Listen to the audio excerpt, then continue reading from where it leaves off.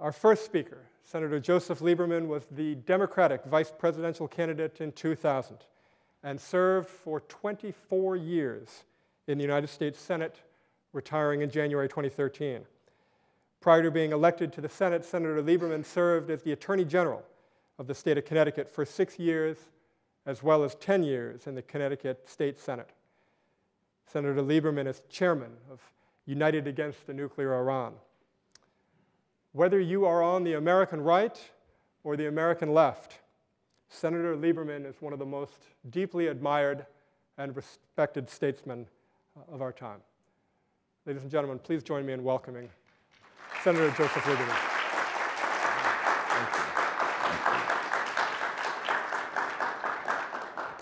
Thanks very much, Dr. Sheeahn, and thanks to you all for that reception. I don't normally get a round of applause at this time of the day, you know.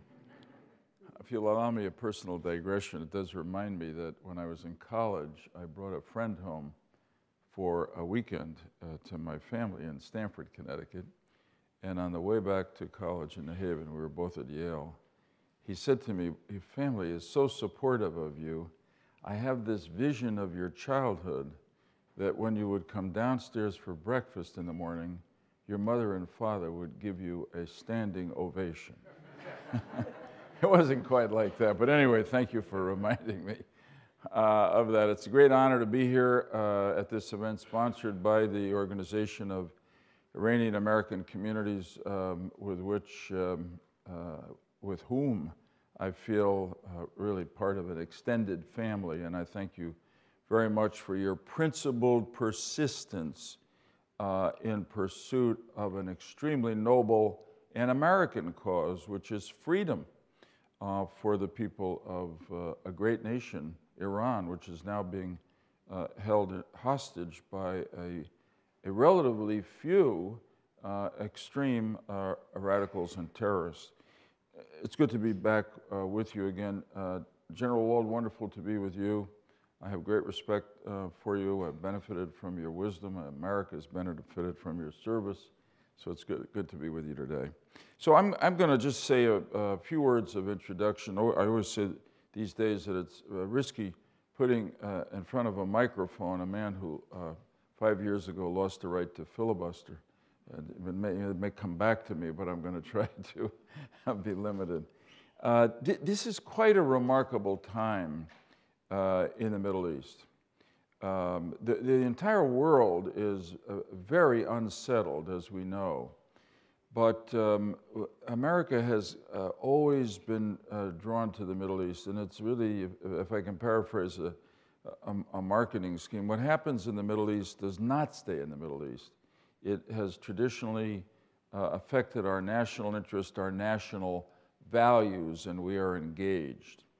And I would describe this moment in the Middle East as a time of great peril and promise. Almost all of the serious peril originates in the radical extremist terrorist regime in Tehran. The promise is multifaceted. It begins in the growing response, an active response from the other nations, most of them, in the Middle East, both Arab and Israeli, to the Iranian threat. But it also, this is not primarily, in my opinion, Sunni Shia. This is a question of a conflict between those who are extreme, radical, dictatorial terrorists, and on the other side, people who are moderate modernizers, believe in the rule of law and human rights. And throughout the Middle East now, we see a response growing to the Iranian support of terrorism, to the aggression of Iran in Syria, in Yemen, to the in some ways, subjugation or attempted subjugation by the new democracy in Iraq, by Iran. And in most hopeful of all, and I want to speak about this, we see the response, as Dr. Sheeahn said, coming from the people of Iran. And this puts the lie to the easy distinction, which some try to make, that this is Sunni against Shia. There's tremendous opposition among the people of Iran, including primarily the majority Shia population, to the tyranny of the regime that is governing them.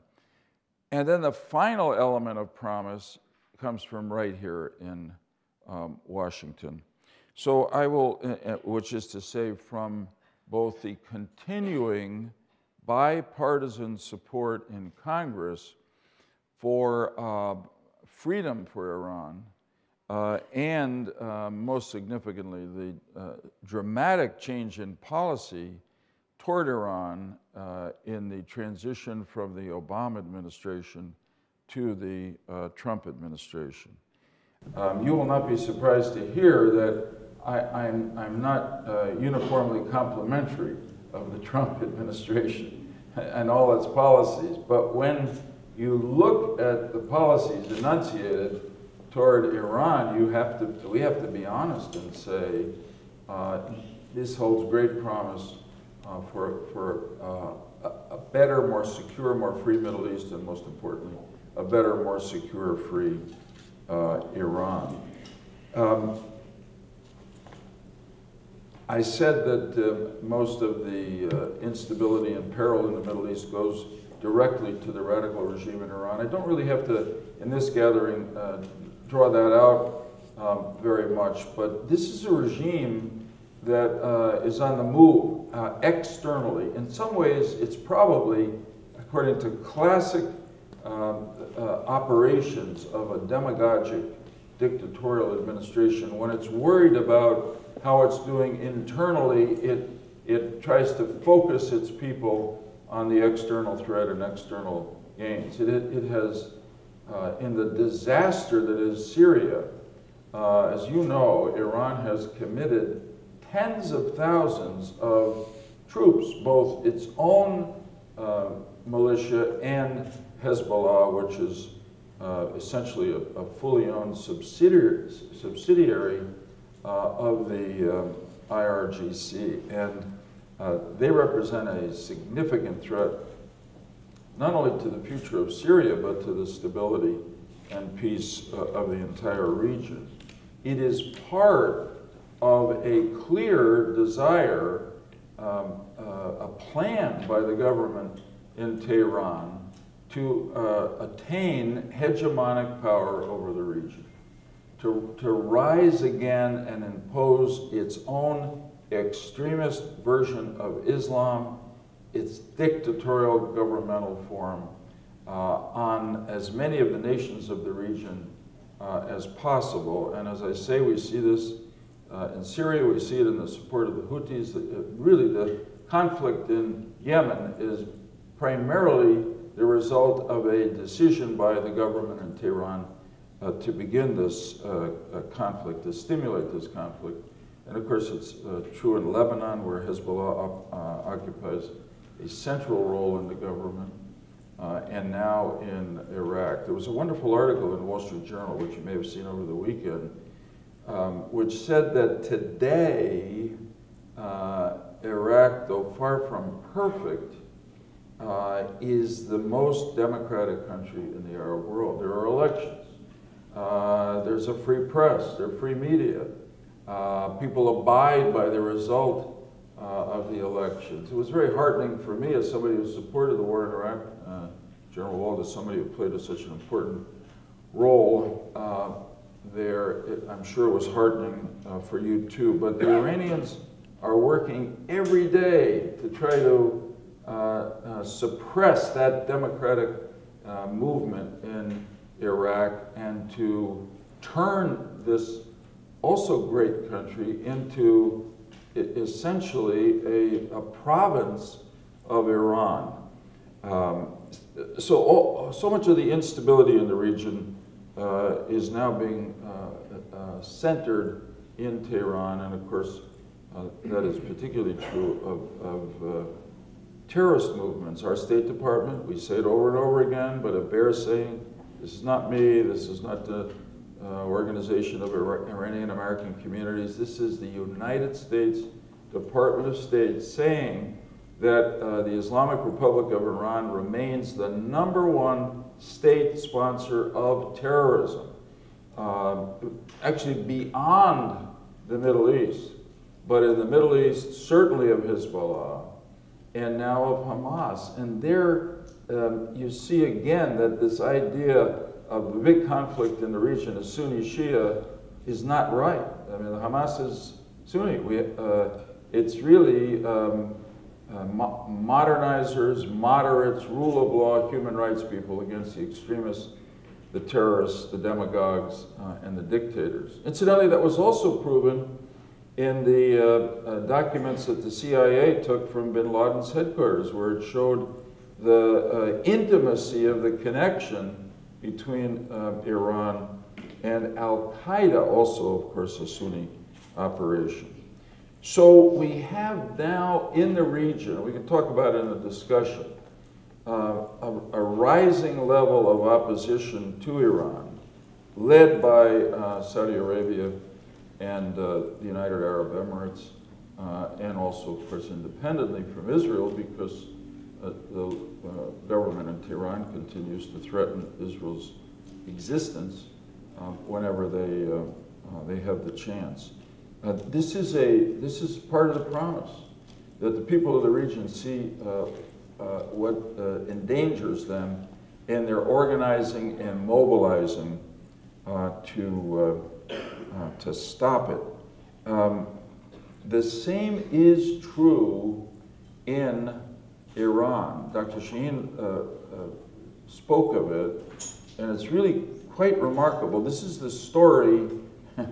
The president always talks about what the mainstream media doesn't cover. I'll tell you one of the stories that's one of the big stories of our time that the mainstream media doesn't cover, which is the broad public protests by the people of Iran to the government in Iran. And it has two main elements to it, those protests, and they're enormous. People coming out are taking a risk, particularly when you think back to the protest after the fake elections in 2009. The first part is corruption. And really, there are echoes here of the Arab Spring uprisings in Tunisia and Egypt. Senator McCain and I went to Tunisia and Egypt about a month after the uprisings in both. These were cries for freedom and human rights. But both of us were struck by the fact, as we talked to the leaders in both countries of these uprisings, that they were also, and perhaps as much or even more, an expression of the anger of the people of Tunisia and Egypt toward the corruption of their government, which they understandably took personally, because their money, the wealth of the country, was being exploited, essentially stolen by their governments. And they were lacking in opportunity, economic opportunity.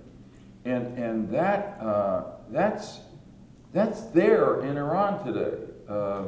It's very clear that the Ayatollahs and the IRGC dominate the economy and are swallowing up with a greed that is disgusting the wealth of this great country and leaving a lot of gifted people without opportunities. So naturally, they take to the streets. And honestly, this has got to be one of the most frightening developments for the Ayatollahs and the leaders of the IRGC. The second is the cry for freedom and political opportunity.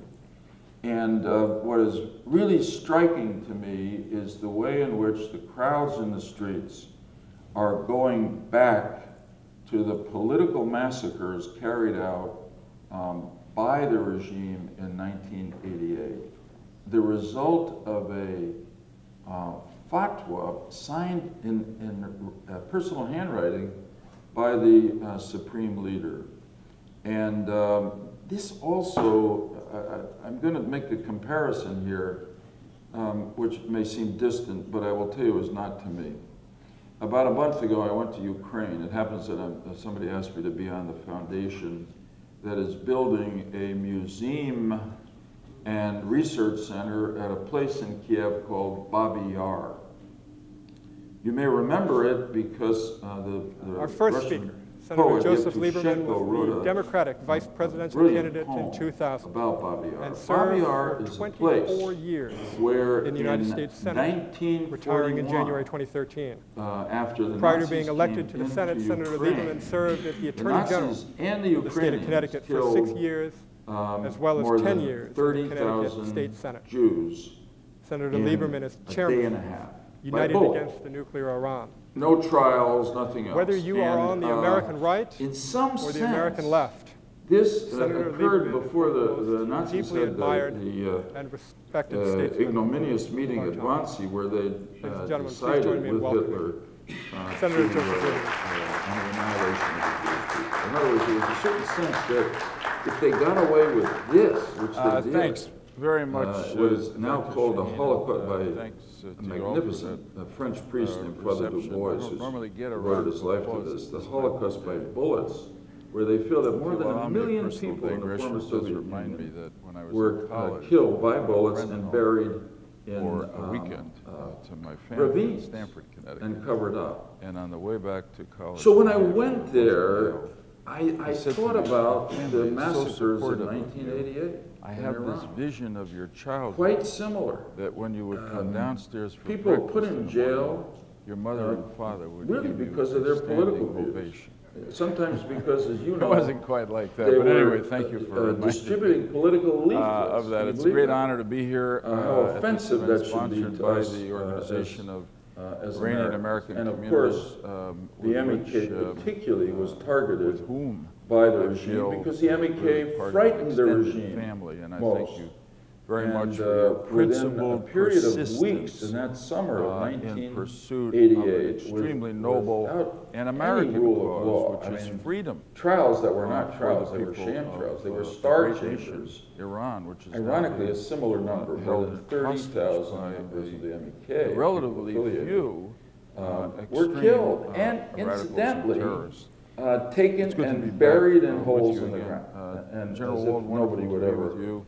know Great that this respect happened. for you. I've benefited There's from a the wisdom really of quite Americans, remarkable benefited from movement your now service. in So Iran it's good to be with you today. to So I'm essentially going to just say a few raise words this of up introduction. again I always to say this these days that to it's public risky view putting and in front to of a try to have what you microphone might and call a truth commission, years as they ago had lost in the right to South publish. Africa after the time of It may apartheid. come back to me, but I'm And going to try. we should only, be limited. with God's help and the help of the This is people of quite a Iran and remarkable others, time allies here in in the Washington, Middle East.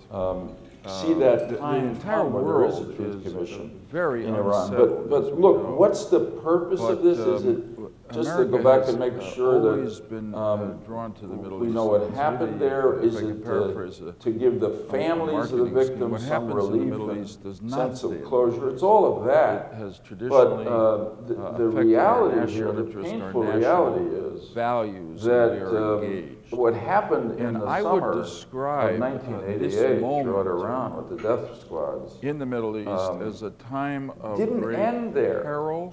That was the most and concentrated, massive example Almost of it. But all of the serious people are continuing peril to be originates jailed for their in the political radical principles. People are extremist beginning to be, terrorist regime are continuing to be in, jailed if they're just Iran. journalists trying to write an opinion the or promise tell a story. is multifaceted. I mean, since it 2013, begins when in Rouhani, the so-called moderate was elected president, more than 3,000 people have from been the other executed. nations, most of them, A lot of them by public in the hanging, Middle East, and both, most of them Arab and for political Israeli, to the crimes. Iranian threat. So But it it's also, important this is not that this is happening, and I salute primarily, the in my courage opinion, of the Sunni people of Iran Shia. who are going to the streets, This is a question demanding of a reckoning a for the conflict massacres between of 1988, because it's going on and reminds us how evil this regime is. So let me come briefly, and we can talk about it. I think the policy that President Trump announced in October 13th, I believe, was really a remarkable change from what existed before. Honestly, the previous administration decided with a single-mindedness that one of its great accomplishments could be to negotiate a nuclear agreement with Iran. I believe that the agreement itself gave away all the power we had built up with sanctions and got nothing, really. They put their foot on the brake for a while, if they keep their promises. They got an enormous amount of money with which they're fueling their support of terrorism and aggression throughout the region.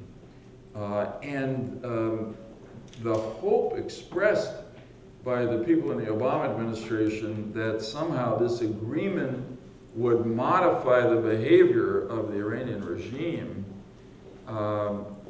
internally and externally was just naive.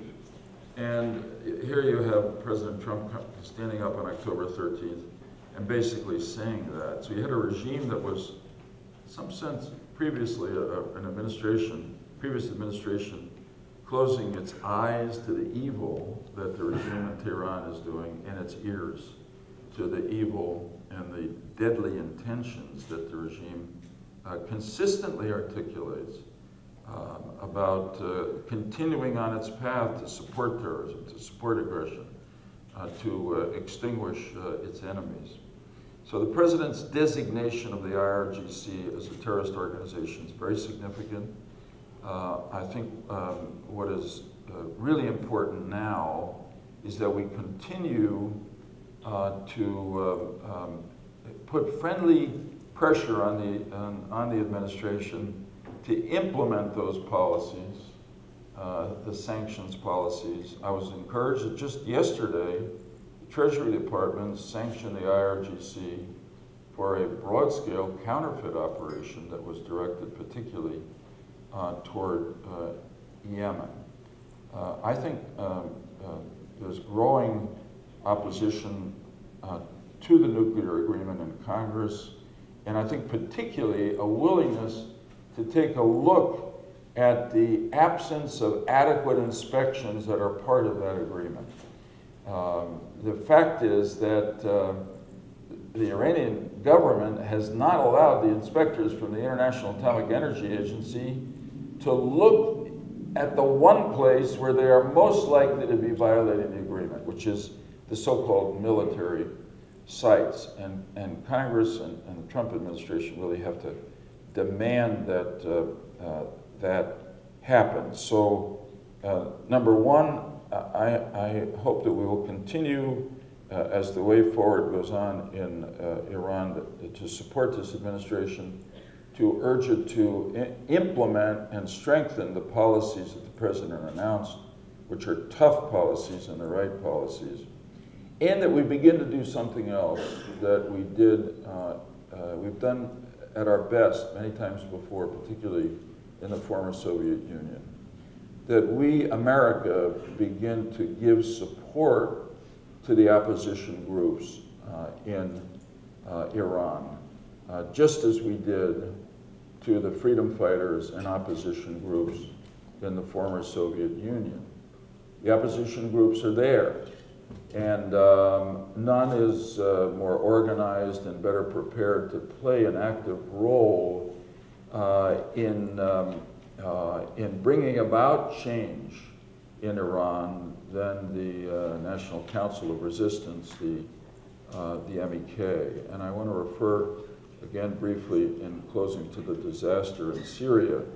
one of the excuses given was partially correct, but it was ultimately an overused excuse for the United States and our European allies not to get clearly involved to stop Assad's brutality towards his own people, to stop Iran from coming in, to stop Russia coming in, because there was no, people would say there's no organized opposition in Syria. We don't know who to support. In Iran, there is an organized opposition. And we in our government ought to be giving them support.